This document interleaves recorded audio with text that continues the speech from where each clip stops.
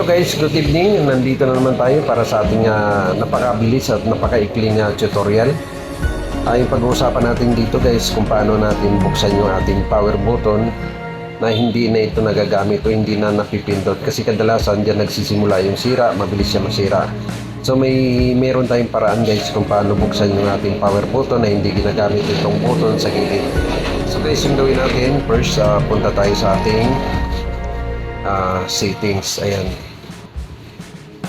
Punta tayo sa ating settings, open natin, scroll up natin, then hanapin natin guys yung eto, hanapin natin yung additional settings. Yan, then open natin guys. Pag nandito na tayo guys, then open natin guys yung accessibility. Pag nandito na tayo guys sa accessibility, ay open natin yung accessibility menu. Ayan. So ngayon guys, nandito na tayo. Yung i-open lang natin guys ay itong shortcut. Open natin to. Ayan, allow lang natin.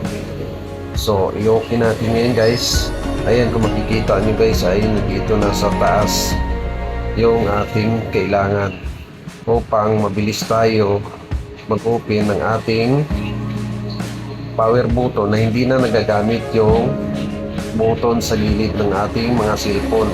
Kasi upang maiwasan natin yung pagkasira, agad-agad ang pagkasira nito. So kung makikita nyo guys, open natin to. Ito. Open natin yan. Open natin. Ayan guys, kung makikita nyo, meron na dyan yung assistant, accessibility settings, power, volume down, volume up.